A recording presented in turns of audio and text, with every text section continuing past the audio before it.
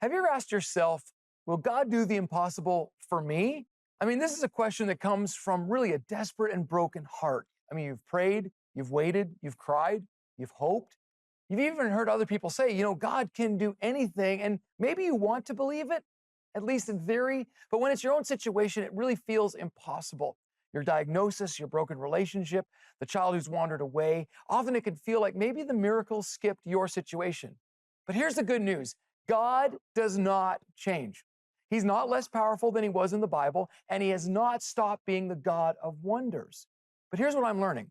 Sometimes he doesn't always change my circumstance right away, because first, he wants to change me. Let me take you to a story that you may know, but from an angle that you may not have considered yet. In John 11, Mary and Martha send word to Jesus. They say, Lord, the one you love, their brother, is sick.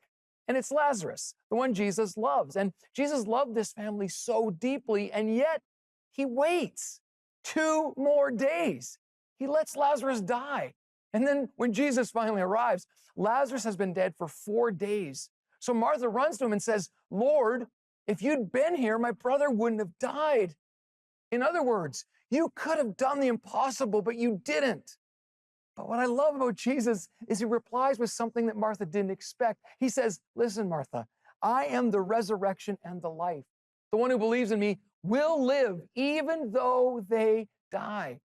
Now, here's the perspective we often miss. Martha wanted a miracle for her brother, but Jesus wanted to reveal his character. She wanted a healing, but he was offering resurrection. She was asking for an outcome, but he was giving her his power and his presence. Because the point of the story isn't just that Lazarus came out of the grave. It's that we discover who Jesus is, even before the miracle happens. That he's still the God who can do the impossible, even when he doesn't seem to be doing what we want in our time.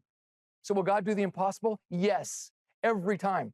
But often, he first brings us to the end of what we can do so we can see who he truly is. So here's your next step. Trust God enough today to take that one small act of faith. Make a phone call, say that prayer, forgive that person, ask for help, start again. See, because here's what I've learned. You don't have to move the mountain. You just need to take one more step toward the mountain mover. And that is a stepping stone to becoming who God has created you to be.